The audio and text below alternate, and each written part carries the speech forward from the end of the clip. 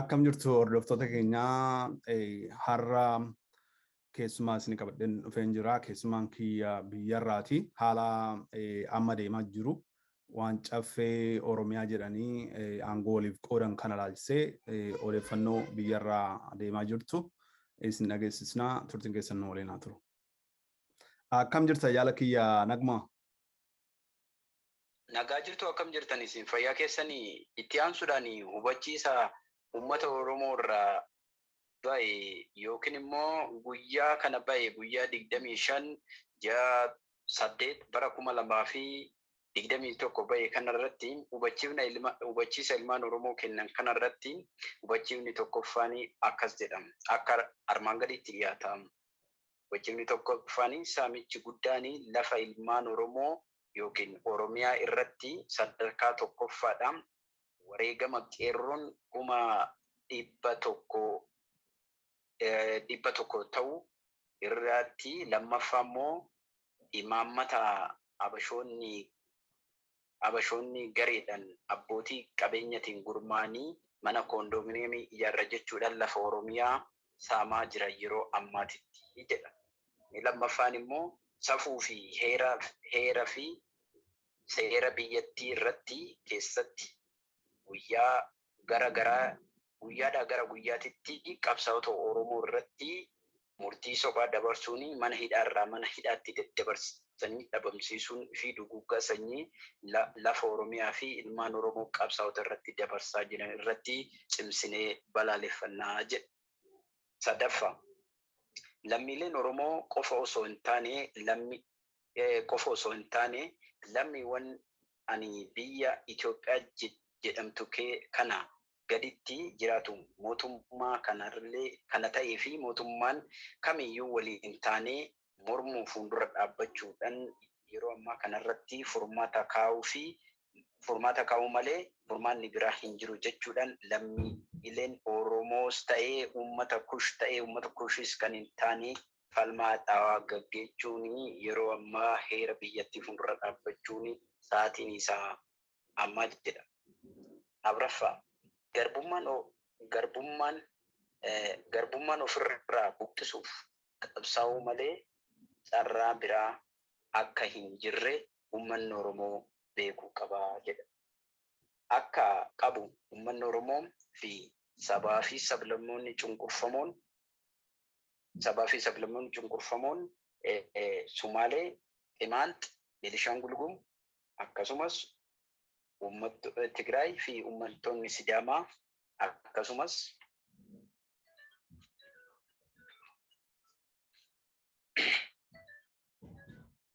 Affaar fi uummattoonni birootillee ni jiru jedha.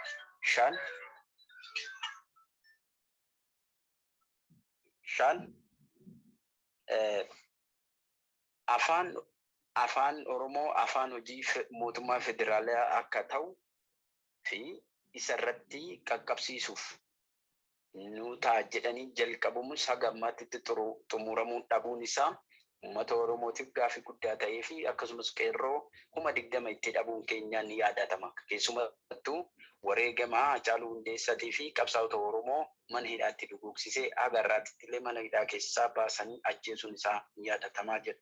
7 lafti qote bulaa qofa malee kan mootummaa ta'uu abbaa irree amma irra jirutu Habashaatti deebisee hiruudhaaf milkiidhaaf kan kaa'e yoo ta'u malee lafti qote bulaa kan qote bulaatii kan jedhu mootummaa dargeerrayyuu ni hubatamaa jedha. 8 federeeshiniin dhugaa yookiin cimaan akka hundaa'u sirni mootummaa kanaa osoo hin taane mootummoota darban irratti Dr. Mararaa Guddinaa yookiin Profeesar Mararaa Guddinaa yeroo hundumaa irra deebi'anii haasaa turuun isaanii yaadatama. Kana malees aangaa'otiin uummata Oromoo keessatti qabsaa'otiin uummata Oromoo kan bakka bu'an yeroo hundaa kan wareegama kaffalaa turan waa'ee federaalizimii kana mormaa turuun isaanii yaadatamaa jedha. 9 sirni bulchiinsa biyyaatti yookiin bulchiinsa ce'umsaa yeroodhaaf akka ta'u kabajamuu isaa inni gaafannas akka mootummaa ce'umsaatiin bullus ni gaafannas ni ammallee akka gaafannu ni taasifnallee jechaa jira. Sagal mirgi ofii of murteeffannaa ofii mirga abbaa biyyummaa kabachiisu ni mirkaneeffannaa yookiin qabsoo hadhaawaa gaggeessuunis ni mo'annaadha. Kudhan uummanni Oromoo doormii mana barumsaa osoo hin taane doormii mana barnootaa Oromoo dhufanii itti baratan ta'uusaa hallallee borullee diina keenya barsiisuu qabnaa jedha.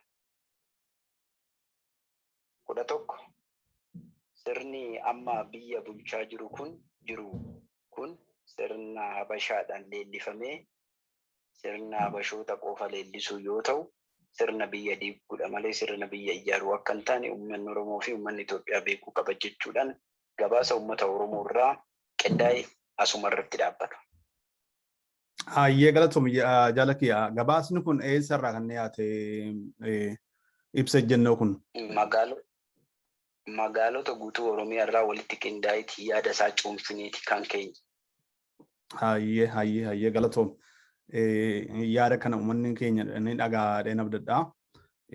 Uummanni Oromoo wal qabsoo isaa qindeeffatee waliin keessumaa biyya keessa warri jiran jechuudha qabsoo waliin qindeeffachuudhaan xumura garbummaa kana gochuun dirqama hunda keenyaati.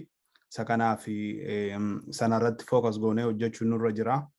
Abbaa biyyummaa argitee biyyuma ollaa keenya illee warri jiran akka Sumaalee fa'aa argitanitti miliyoona 20 kan hin guunne miliyoona gara 10 kan hin caallatu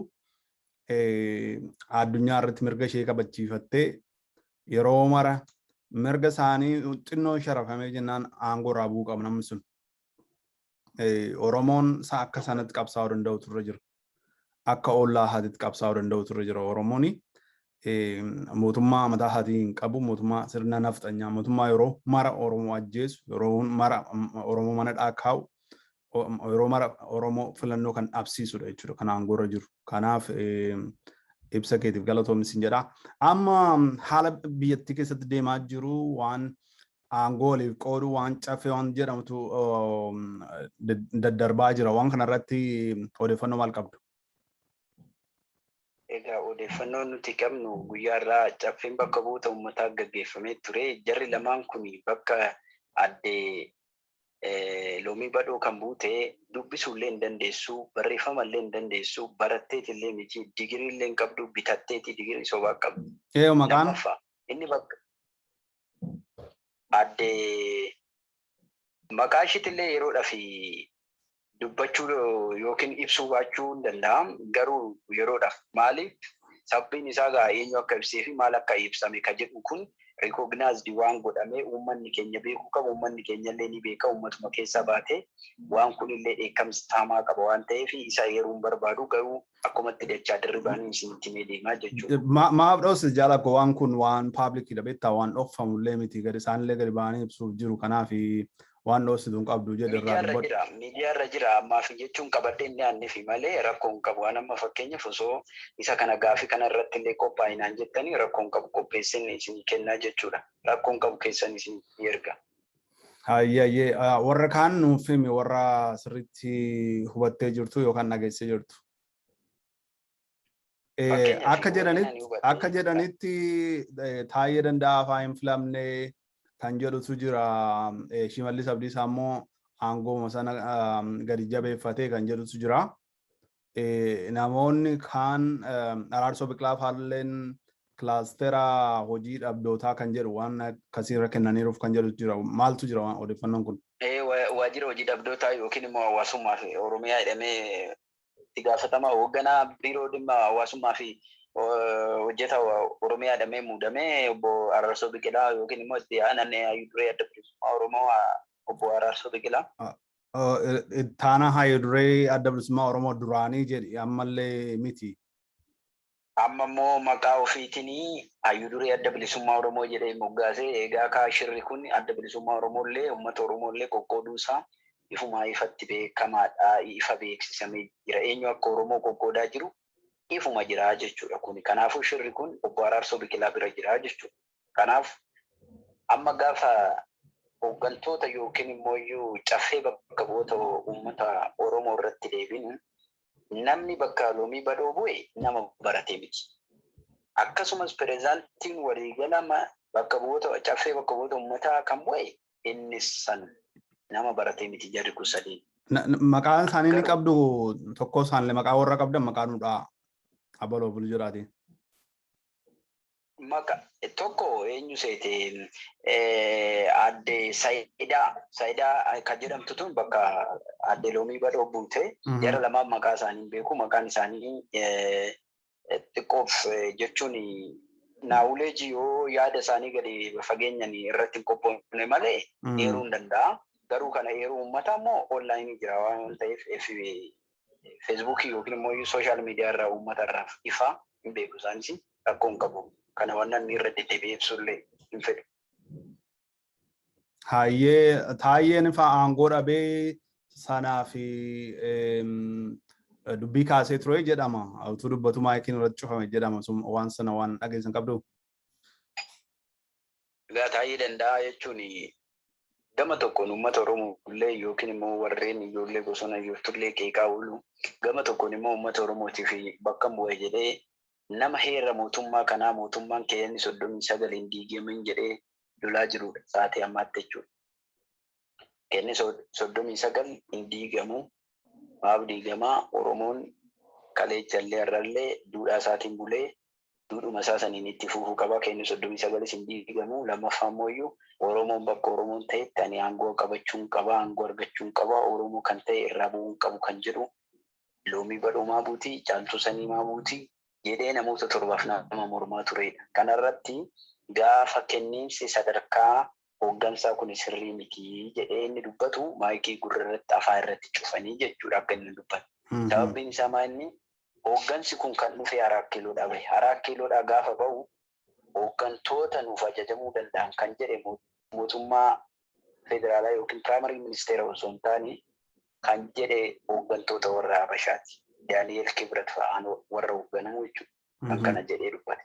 Kanaafuu bilisiginnaan naannoo Amaaraa, bilisiginnaa naannoo Oromiyaa dhuunfatteerti jechuudha kan deebii gabaaban. Kanaaf Taayyee Danda'a nuun mormaa warreen nuun morman warreen Oromummaa calaqqisiisan nu keessa yaasati warreen Oromiyaan leellifne nutti fidaa jedhaniiti kana Abiyyi dhiyeessanii Abiyyiin immoo caasaalee kana gadi buusee teechisee jechuudha. Obbo Araarsoo Biqilaa kaleecha Oromoodhaaf waggaa meeqaa bosona ture. Har'a garuu bilisiginnaa naannoo Amaaraa fudhatee Oromiyaa hin jedhamtu Itoophiyaa jedhee kaa'ee kanaaf aangoon kennameefi jechuudha. Hayyee galatoomii jaala kiyya. Argitee mootummaa Oromiyaa ta'ee hin beeku mootummaan caffee maal jennu kuni durumaa fedhii kan biraa saba bicuu kan biraa tiksaa turanii waggoota 30 darban yeroo jalqabaa waggoota 27f mootummaa naannoo Tigraay kan isaan tajaajilaa turanii uummata Oromoo harkaa miila irraa ciraa turanii mana hidhaatti dararaa turanii ammas immoo darbanii kan Amaaraatti ce'anii uummata Amaaraa tajaajilu mootummaa naannoo Amaaraa tajaajilutti ce'anii kana jechuudha kan jiru. Har'as sagalee selman meeqa selman kan koo qiraacinu jette adurreen jedhan kan Oromoo sanuma beektaa kaleessa wayyaanee tajaajilanis har'a warra sirna nafxanyaa tajaajilanis Oromoodhaaf carraan isaa hidhamu ajjeefamuu ta'ee jira. Oromoon kana hundumaa qabsaa'ee ofirraa buusuu danda'u turre jira. Caffee Oromiyaa maqaa Oromootiin achi keessa ta'anii guyyaa tokko Oromoodhaaf dubbatanii hin beekanii waan Oromoon qabsaa'eef afaan isaa akka afaan biyyoolessaa ta'u afaan isaa afaan biyyoolessaa akka ta'u Finfinneen Oromiyaa jalatti akka bultu mirga ofiin of bulchuu akka qabaatu yakka tokko malee uummanni akka hin dhabne kun gaaffii uummanni gaafachaa ture tokko illee kan hin deebi'e hin jiru. Kanaaf jarri kun maaloo jedhan dibaa yookaan sunsuma geeddaran illeen biddeen bisheessuu jedhan miti. Isaanuma dubbiini eenyus dhufe eenyu waan Oromiyaadhaaf jijjiirama fidan hin qabani. waan kanaan dura yakkan harka isaanii laaqatan dhiiga Oromoon harka isaanii laaqatan jarri kun jechuuf jedhe galatoom yaada keetti fufi. Egaa hooggantoonni adda bilisummaa Oromoo kanneen akka Koloneel Gammachuu Ayyaanam, Daawit Abdatam akkasumas Abdii Raggaasaa fi kanneen kana fakkaatan mana hidhaa keessatti yeroo ammaa kana mana hidhaa Galaan irraa baafamanii dhabaman jechaa jiru. Dhabamanii miti. Hooggantoonni kun tokkoon isaanii gara facaasaniiti yeroo ammaa kana keessatti mana hidhaa lafa jalaatti hidhanii ijoollee kana dabaddabaa jiran kanallee odeeffannoo qabatamaa fi ragaa guutuu qabatamaa dhageenye jira. Uummanni Oromoo kana akka beeku lafa irratti waraana kana galchaa yoo galchine immoo nu faana ta'atii waraanni kun akka galu godha. Akka hooggantoota birootti akka Gollicha Dheengeetitti ta'aa jedhanii mana lafa jalaatitti hiriirsaa jiran, dabaddabaa jiran. Kanaafuu keessumattuu hooggantoonni kun kan jiran magaalota kanallee maqaasii da'uun dheeru miidhaa isaaniitiif illee eeguu dandeenya. Kanaaf miidhaa akka isaan hin miidhamne bakka isaan jiran yoo ta'e eenyuti miidhanii isaan lubbuu baasuu danda'anii. Kanaafuu bakka isaan jiranillee nu harkaa qabna. Yaa ta'uuti kanumarraa ka'ee hooggantoota adda bilisummaa Oromoo kana wareegama hagana hin jedhamne kaffalchiisaa waan jiraniif uummanni Oromoo beekuu qaba. Tokko. Inni lammaffaa magaalaa Finfinnee keessatti caffeen bakka bu'oota uummata Oromoo maaliif adeemsifamuu dadhabe? Galmi aadaa fi turizimii magaalaa Finfinnee keessatti erga Finfinneen handhuura Oromoo taatee akkamittiin Adaamatti taa'amaa jira? Inni lammaffaa kana yoo ta'e, inni sadaffaan immoo uummanni Oromoo hagam dhugaa Finfinnee irraa qaba? Galatoom yaada keetii fi akkasumas odeeffannoo nu laatteef. Afur. Uummanni Oromoo ayyaana irreessaa bara kanaa kabaja malee bara dhufuun kabaja kan jedhu san uummanni Oromoo guutuun ni beekaa laata? Finfinnee irratti boru iftaan yookiin guyyaa takkaan booda yookiin guyyaa sadiin booda Finfinnee irratti kabaja. Saniin booda bara dhufu garuu Finfinnee irratti ni kabaja ka jedhamu sun jiraayii laata ka jedhamu sun question mark. All of you Oromo is population, it is question mark. Kanaafuu uummata Oromoo kamiifiyyuu gaaffii guddaadha. Kanaaf gama kiyyaanis uummanni Oromoo mootummaa siin qabdu, bulchiinsa siin qabdu, mootummaa naannoo siin qabdu, mootummaa federaalaa siin qabdu. Lafti kan kee koondoomineemiidhaa fi riisteetiif hiramuuf deemtii ka'i falmiidha dubbiin. Ayyee galatoomi waa'ee hidhamtoota siyaasaa hooggantoota siyaasaa adda bilisummaa Oromoo amma manadhaa jiran dhabamsiifamuu kaastee jirta. Daawit Abdataa fa'aa Koloneel Gammachuu Ayyaanaa fi Jaal Abdii Raggaasaa fa'aan dhabamsiifamuu lammii beenyaa fa'aan dhabamsiifamuu dubbattee jirta.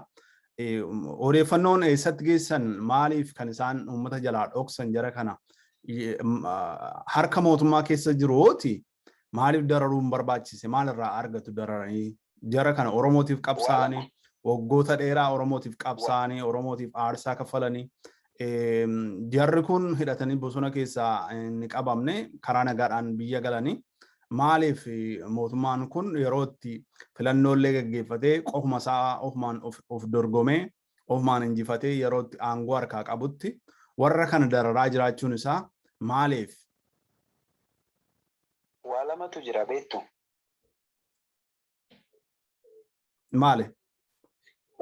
Waa lamaan kunniin tokko addi bilisummaa Oromoo hangafa uummata Oromoo waan ta'eef isa keessa immoo hayyoonni kun hayyoota quxisuu hangafa adda bilisummaa Oromoo yookiin quxisuu adda bilisummaa Oromoo waan ta'aniif hundeessawwan adda bilisummaa Oromoo yookiin itti maxxananii waan kana hayyoota tokko lama hidhanii Waaqoo Guutuu Jeneraal Taaddasaa Birruurraa yaada isaanii fuudhanii galmaan gahuudhaaf deemanidha. Yookiin immoo ergaa kana walirraa fuudhanii daddabarsanii. Kanaafuu tokko amma jarri kun dhabamsiifamuun isaanii kan mootummaan barbaaduuf tokko yoo mootummaa kana deeggarradhaan maallaqa kennee fi akka Gollicha Dheengee kanatti akka miidiyaarraa haasa'a. Lama yookaan itti afaan ofii qadaaddatanii maallaqa fudhatanii mana jireenya fudhatanii birrii fudhatanii akka afaan isaanii qadaaddatanii waa'ee siyaasaa jajjabanii ta'an. Kanaaf mootummaan kan dhabamsiisuu barbaade. Garuu ijoolleen kun birrii isin barbaadan mana isin barbaadan ilmaan Oromoof jennee manaa baan ilmaan Oromoof jennee wareegamna jedhaniiti lubbuu isaanii aarsaa mana hidhaa keessatti dabarsaa jiru. Kanuma malee waa biraa hin qaban. Uummanni Oromoo warra akkasitti isaaf qabsaa'an kana warra akkasitti isaaf qabsaa'anii aarsaa kaffalanii bolola diinaa kadhaa diinaa kana diiganii uummataaf aarsaa ta'aa jiran uummanni Oromoo callisee ilaaluutu irra jira. Namni hooggansa qabu hooggansa isaa mana harka ormaatti dararamaa jiru uummanni akkamittiin taa'ee ilaala. Ekspiriyaansii yookaanis immoo muuxannoo qabsoo uummanni kun ni qaba. Muuxannoo qabsoo isaa kanuma dheengadda yaadannuun warroota kaabaa aangoorra turan aangoorraa buusuun waraanota warra amma funyaanitti hidhatan fuuldura dhaabbachuudhaan qe'ee isaaniitti akka galan godhee jira. Uummanni Oromoo qabsaa'ee jijjiirama fiduu akka danda'u argee jira jechuudha. Utuu kana argee jiru hooggantoonni isaa mana hidhaa keessatti yeroo nyaaphaan dararamaa jiran warra kaleessa ashkarii tureen har'a eeguu hoogganni isaanii mana hidhaatti naqamee seer malee dararamaa jiru kun uummanni Oromoo taa'ee ilaaluurra maal gochuu qaba jettu? Uummanni Oromoo taa'ee ilaalaa hin jiru. Beektu yaa uummata Oromoo yookiin yaa uummata Oromoo jecha olle gatii hin qabu. Uummanni Oromoo uummata goota nam takka maqaa dha'ullee hin fedhan. Uummanni Oromoo goota ripheedha. Riphee lolaa jechuu dandeessa uummata Oromoo. Riphee garaa isaa keessatti icciitii hunda dhufkatee ta'a malee uummanni Oromoo uummata goota, uummata kabaja qabu, uummata ulfina qabu. Isaan keessas garuu abbaan garaatis jiraatu uummata gootummaa fi sabboonummaa ofiitti illee amanee deemudha. Uummata yoomiyyuu waa'ee ofii hin ganne yoo qalamee mormi isaa irraa bu'e malee uummata safuu fi duudhaa ofii hin ganneedha uummanni Oromoo. I love you uummata Oromoo nan jaalladha. Oromoo ta'ee kiyyaa fi miti. Amma akka kanattiin mootummaa kanarratti dhiibbaan kan deemaa jiru dirree qofaarra ta'ee jira. Alaan keessaa uummanni socho'ee akka duraa sana daandii irratti bahee mirga isaa deebisee gaafachuu hidhamtoonni siyaasaa haa hiikaman. Gaaffiin abbaa biyyummaa Oromiyaa haa kabajamu. Mirga afaan Oromoo afaan federaalaa ta'uu haa eeggamu. Finfinneen magaalaa Oromooti jedhee kana deebisee akkuma duraa daandii irratti bahee gaafachaa hin jiru uummanni Oromoo. Isa kana yeroo darbe keessa waraanni adda bilisummaa Oromoo illee waraanni bilisummaa Oromoo warraaqsa galaana uummataa jedhee kan inni labsee ture hagas hin deemne jechuudha. Hagas hin deemne uummanni kun akka duraa sanatti bahee wanni hin jenne. Mootummaa kanas mootummaa Oromooti moo uummanni kun maaliifti quufeera waan qabsoo isaa sanarraati bara 2014 amma 2018tti haga qabsaa'e sanatti bu'aan argate bu'aan qabsoo sanarraa argate uummata kana quubseera moo maaliif uummanni kun qabsoo achumatti dhaabe moo warroota yeroo sana uummata kanatti dubbatantu mana hidhaa jiraannaan isaanuma wajjin du'e qabsoon kun?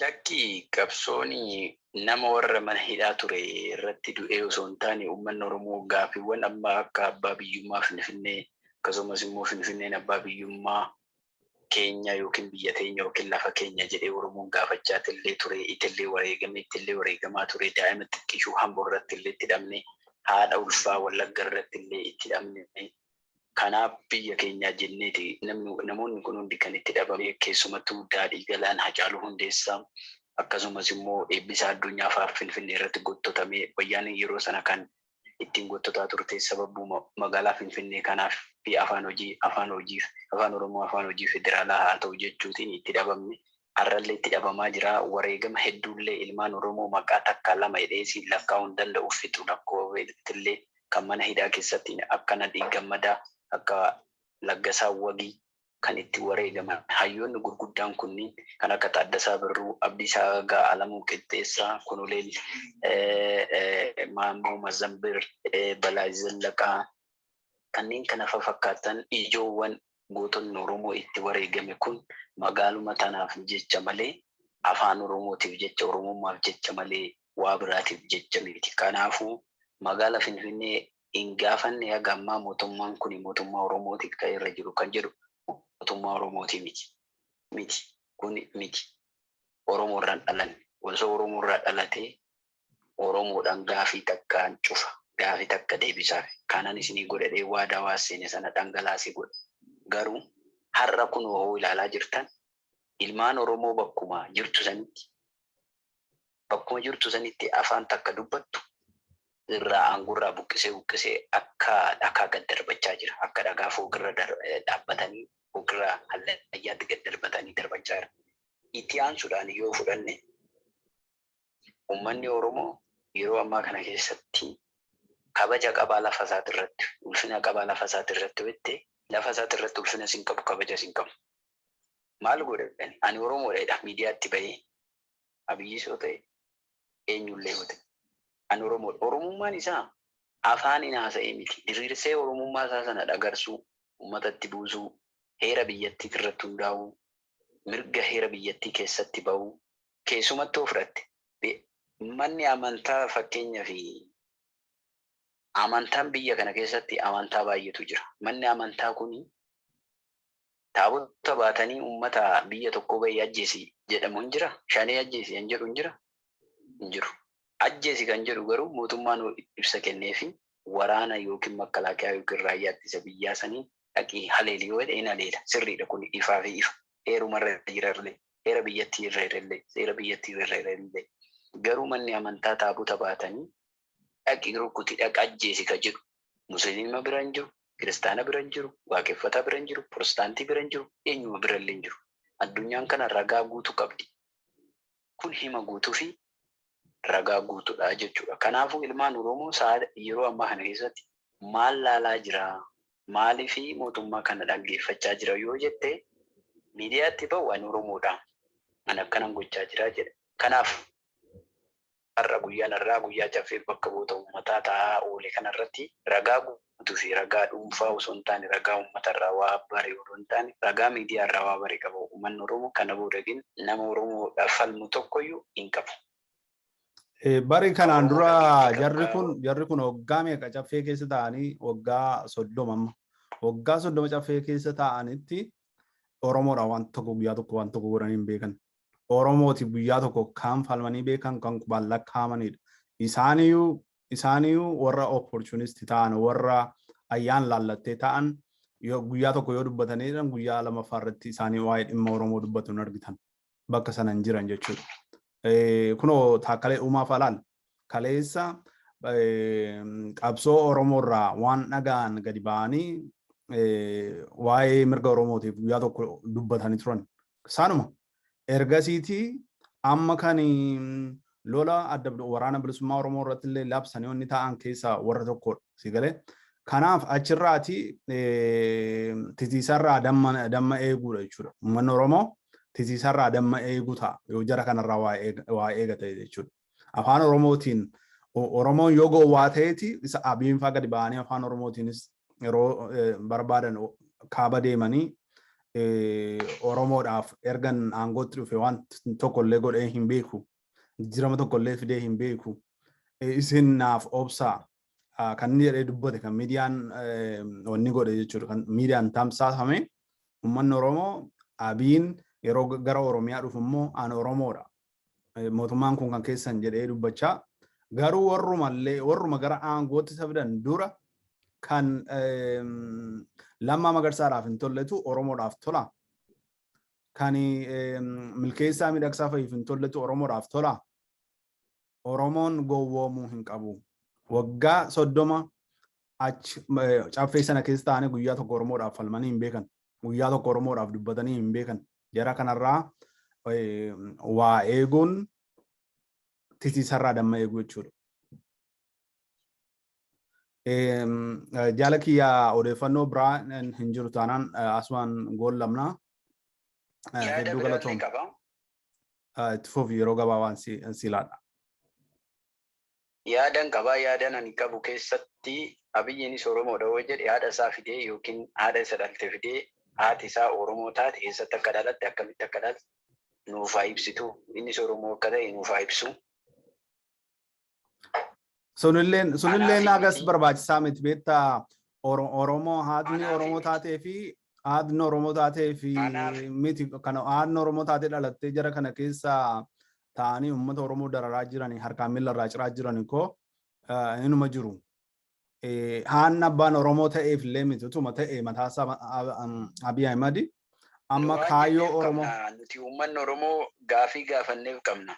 Gaafii kanaaf deebii qabna. Deebii kubsallee qabna. Kana ifidaallee itti fidu kijiba waan ta'eef. Hin fidu maal wanni marraa barate hojii isaarraa argita. Gaafanni. Ittaan sudaan wanti guddaan ilmaan Oromootiif dhaamsaan dabarsu. Daangaa Itoophiyaa namni Suudantu dhufe moo Eertiraa taleelee moo Keeniyaa taleelee moo Alshabaabitti dhufe moo maaliif ilmaan Oromoo kun gandarraa guuramee kan dhumaa jiru milishaa ta'e qeerroo Oromoo ta'e qeerroon Oromoo kan kilaashillee baachuu hin dandeenye ilmaan waggaa 15 mana barumsaatti irraa dhabamsiisanii kutaa 4 kutaa 5 irraa dhabamsiisanii haga ammaatti guuranii waraanatti kan ergaa jiran sababa maaliitiif kan dhuman ilmaan Oromoo dhaamsan qabaaf. Ani ilmaan Oromoo itti hima. Namni takkallee kilaashii baatee deemtee dhaqxee moo hin dandeessu duutee galtaa reeffa keetii taadhaa keetii galamate. Kanaafuu ilmi Oromoo yoo Oromummaa ta'e du'i. Yoo biyyummaa ta'e du'i. Garuu gandummaa hiristii namaa deebisuuf jecha atarra dhumtee Oromoo Oromiyaan garbummaa sirna nama biraa yookiin immoo sirna miillee keessatti sirna naftanyaa keessatti yaa'ii naftanyaa keessatti akka hin hafne ati deemtee ganda Oromootti hiristii namaa hin du'in. TPLF yoo ta'e kalecha nu ajjeesaa turte qabeenya keenya nyaachaa turte. Guma immoo in kaffalchiisna akkatti kaffalchiisnu qabna waan ta'eef dirqama kaffaluu qabdiin dhaamsa kooti. Kanaafuu ilmaan Oromoo makalaakaa taanettanii birrii 2,000 ajajamtattanii hin deemina, hin kijibina, hin dhumina, lafee keessan Oromiyaaf kenna. Isin diinaa bashaaf jettanii hin kennina. Adaraa kanan isin jedhu dhaamsi koo kana. Yoo Oromoon, yoo uummanni Oromoo, yoo harmeen Oromoo, yoo isheen ulfataatee ulfi garaa bahee, yoo dubartii takkittiin dhiira 10 keessummeessitee gadaamessi garaa ishii keessaa bahee, yoo gudeettiin ilmaan Oromoo isinitti dhagahame, yoo dubartiin ilmaan Oromoo ilmaan isin dhalte, dubartiin ilmaan Oromoo isin dhalte sun isinitti dhagahame. Har'a irra jetanii namni tokkichi nama 20 ta'ee gudeedama. Yoo gudeedamullee karaa sirriin miti. Akka harreetti dhaabanii gudeedanii. Kanaaf yoo kanallee argitan, yoo ajjeesanii bosona keessatti ilmaan Oromoo gatanii bineecha nyaatanii, nyaachisanii bineechi nyaatee mataa kophaatti, miila kophaatti, harka kophaatti gate ilaalta. Ilmaan Oromoo fuulduran dhaabbatina, diina fuuldura siin dhaqxanii laphee keessanii qabina. Adabadhaa yookiin qabsoo bilisummaa Oromootti makama. Yoo kana ta'uu baate immoo mana keessan ta'a. Kanaa miti jennaan wareega malee diinatti dhayitee makamtee kilaashii diinaa hidhattee diinaaf jettee reestee ormaan deebisattee hin deemini. Dhaamsa kooti. Qonnaan bulaas, qeerroos, kaarrees, liyyuu humna addaa Oromiyaas, makalaakaas kanumaan dhaamsa dabarsaa. Egaa uummanni Oromoo ayyaana irreessaa, ayyaana duudhaa qabu, ayyaana safuu qabu, ayyaana walqixxummaa uummata Oromoo keessatti afaan tokkoo fi aadaa tokko uummata Oromoo keessatti qabu. Jabaadhaa ni injifattuu, ammallee injifannoon keenya ni jira. Akkuma ayyaana irreechaa ija diinaa fuuldura dhaabbattanii ayyaana irreessaa kana barana kabajattanitti injifannoo fi walabummaan keessan isin fuuldura harka keessan jira. Buqqisaayi. Diinni biraatu iyyuu kan kaleen hojjeesaa turte miileena 5 taate kun diina bira dhaabbachaa jirti. Wal taate kun as deemaarti. Kanaafuu dhaabbadhaa wal taa'ii injifannaa biyya walabummaa Oromiyaa walabuutti ni dhaamna. Kaayyoo waraana bilisummaa Oromoo ni dhaamna. Akkasumas gootota Oromoo kan ittiin wareegaman ni dhaamna. Kanaafuu jabaadhaa kan mana hidhaa jirus Waaqayyo mana hidhaatiin haa hiiku. Kan kophaatti hidhamee mana isaa keessas taa'ee bishaan midhaanii jedhee ijaan hin argines Waaqayyo nuuf haa hiiku. Ayyaanni keenya, duudhaan keenya ilmaan Oromoo bineensa kan harkaa fuudhee bineensa kana immoo boolloo keessatti gadi deebisee nu agarsiisu jecha gabaasa qindaa'eef qeerroo godina addaa naannaa Finfinnee bulchiinsa magaalaa Buraayyuu irra. Galatoome ulfaadhu yaada keetiif ergaa qeerroof qarree Oromootii fi akkasumas immoo qotee bulaa Oromootiif dabarsite.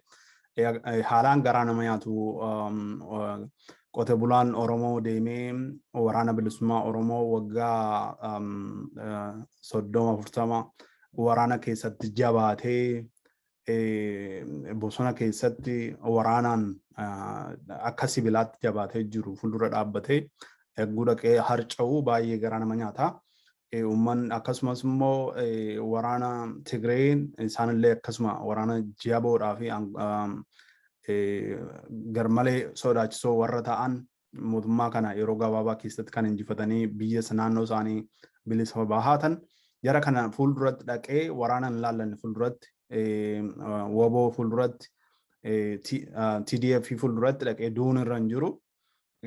Yoo barbaachisaa ta'e deemee waraana bilisummaa Oromoo dabalatee leenjii gahaa argatee biyya isaa falmachuutu irra jira. Qotee bulaan Oromoo, qeerroof qarreen Oromoo nutilleen dhaamsa kanarra deebinee akka isaan dhaga'an yaadachiisuu barbaanna. Uummanni Oromoo hooggantoota keessan kan isiniif jedhanii aarsaa kaffalan mana daramaa utuu jiranii callisanii hin taa'ina. Gaafii mirgaa gaafadhaa, gadi baati gaafii mirgaa gaafadhaa.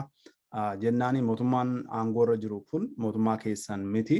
Mootummaa siidaa warra kaleessa isin gabroomsee mana mootummaa keessa dhaabbatee isaaniin kabaju sirna isaanii kan deebisee babal'isaa jirudha. Kun gaafii waan hin qabne mootummaa kee kan taane kan sirra jiru kan humnaan sirratti fe'amee jiru kana qabsoo keetiin ofirraa buusuu qabda jennaani. Hedduu galatoom jaala kiyyaa dhaggeeffatoota keenyaa kun Finfinnee News Networkidha. Miidiyaaleen Finfinnee News Network jala jiran miidiyaa Dhaddacha Oromoo, Sagalee Bilisummaa Oromoo, Walabummaa News Network, Arraata Biyyoolessaa Oromiyaa, Sagalee Walabummaa Oromiyaa yookaan Voice of Independent Oromiyaa, Kaayyoo Maltaa Media Service, Saifan Malbaar Radio, warroota kana akkasumas miidiyaaleen kanaan dura Finfinnee News Network wajjin hojjechaa turan Gadaa Media Network, Gumii Bokkoo Media, Urjii Media, warroota kun Finfinnee News Network jala miidiyaalee jiran jechuudha.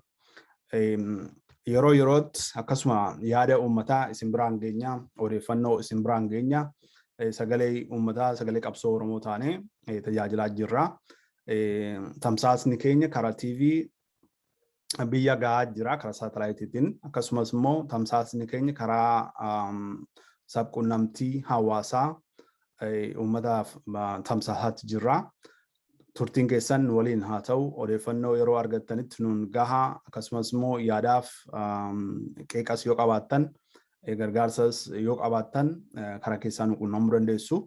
Karaa weebsaayitii keenyaa karaa ittiin nu quunnamuu dandeessan ni argattu. Akkasumas immoo karaa Facebook page keenya, WhatsApp accounting keenya achirratti hidhamee jira. Karaa ittiin illee nu dubbisuu dandeessu. Yaadaaf qeeqa gargaarsa odeeffannoo yoo qabaattan nu quunnamaa isiniin jenna. Uummanni Oromoo yeroo dheeraadhaaf sagalee gahaa hin qabaatin ture. Kanarratti hojjennee waggaa tokko ol ta'aa jira. Amma ji'a onkoloolessaa kana keessa jechuudha. Ji'a ittaanu kana keessa waggaa tokkoffaa keenya ayyaaneffanna jechuudha. Achirratti uummanni Oromoo argamtanii miidiyaa kana oolumaan jabeessinee sagalee Oromoo kan ta'etti uummata Oromoo kan tajaajilu irratti hojjechuu qabnan isiniin jedha. Hedduu galatoomaa waliin ni injifanna. Mirga hooggantoota keenyaa falmachuutu nurra jira. Hooggantoonni keenya hooggantoonni siyaasaa Oromoo akkuma kaleessaatti har'as manadhaa keessatti gara dabarfamanii dararamaatti jiru. Yakka tokkotuun hojjetin maatiin nyaata geessee lafa itti kennu dhabee galaatti jira. Firoonni akkasuma hawaasni Oromoo akkasuma mootummaa sirna dhabeessa ta'e kana mootummaa sirna hin qabne, mootummaa seera biyyattii hin kabajneef hin eegne, mootummaa abbaa irree kana uummanni Oromoo tokkummaa isaatiin aangoo irraa buusuu qaba jennaani. Hedduu galatoomaa. Oolmaa gaarii.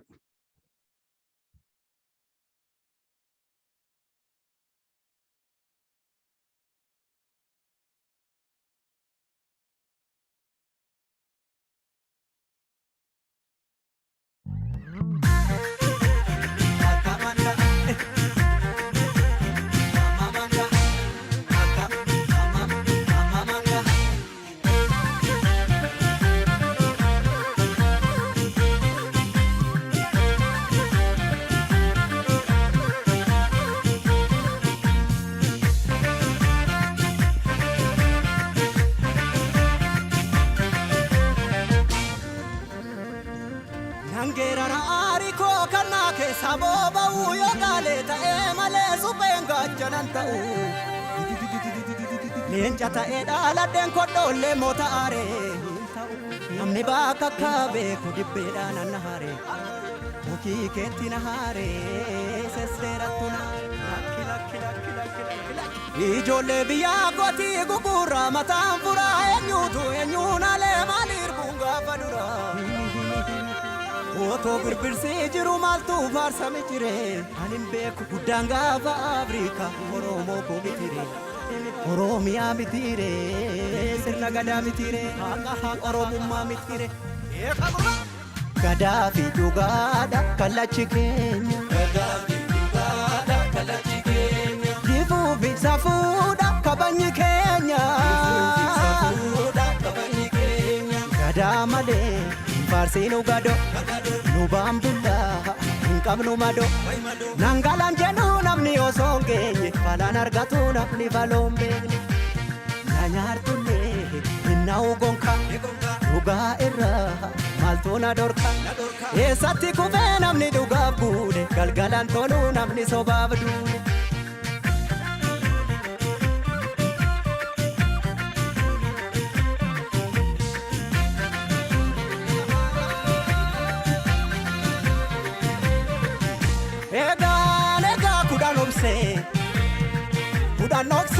Kudan numa gorse Imadina nani fugu gitti dabse Obsi danga darbu kaba Arki boku kabe bodes numa kaba Natu sibata situ obdadaba Obsu fi doksu ko dabu masete Obsu fi doksu ko dabu masete Ni bekti ngaran ko sakana gote Bilatu kara Ugan namas galgala gala Hadda bacabsa inni karaa beeku Hakatti ngafu namni haqqii beeku Sangaan usnaan iyyite qacceen Eekaarifnaan yaadatti dawween Eenyutu naa bubbuttaree nyaara Keessi mul'atu beeki garaan dhiira Maaf na nyaara na nyaaru kanarra maala naara si hinaaru kanarra Maala bo'aa hin bo'u kanarra Yoo jiraanne birraa walagarra Yoo jabaanne birraa walagarra Yoo waltaane ulee walagarra Yoo jiraanne birraa walagarra Yoo waltaane ulee walagarra Walagarra garra walagarra garra Walagarree jirra walii sarguu bir Walagarra garra walagarra garra Walagarree jirra walii sarguu bir Walagarra garra walagarra garra Walagarree jirra walii sarguu bir Walagarra garra walagarra garra Walagarra garra walagarra garra birra walagarra garra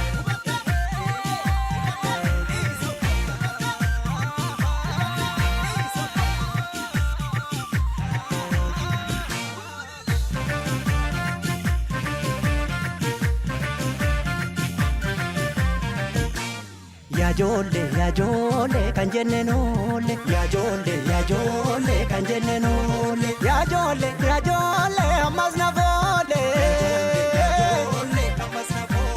Gada male farsinu gado Nu bambulla hinkabnu mado Nangalan jenu namni osoo geenye Falan argatu namni balon beekne Nyaartulle inna ugonka Nugaa irra maaltu na dhorka eessatti kufee namni dhugaaf guude galgalaan toluu namni sobaaf duude.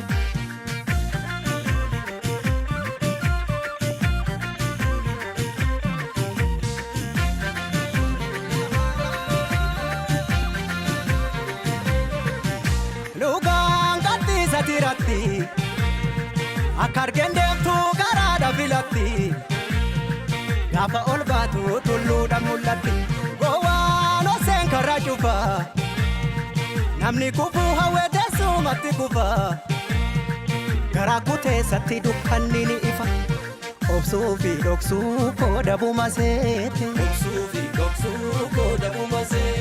ni beekti garaan koosa kana goote sibiilatu qara dhugaan namaa galgala gala hadhaaba cabsaa inni karaa beeku haqatti hin gafuu namni haqqii beeku sangaanus naan biyyite qacceen beekaareefnaan yaadatti dawween eenyutu naa bubbuttaree nyaara keessi mul'atu beeki garaan dhiira gaafa dhiiraa lubbuun adabartu eessa baashii silas du'a naftu gaafa giitii lubbuun adabartu eega jaaduu lubbuun nama rartu eega dhiiraa lubbuun nama rartu gaafa giitii lubbuun adabartu gaafa gootaa lubbuun nama rartu gaaf dhugaa kee lubbuun adabartu walagarraa garraa walagarraa gar walagarree jirraa walii sarguu bir walagarraa garraa walagarraa gar walagarree jirraa walii sarguu bir walagarraa garraa walagarraa gar walagarree jirraa walii sarguu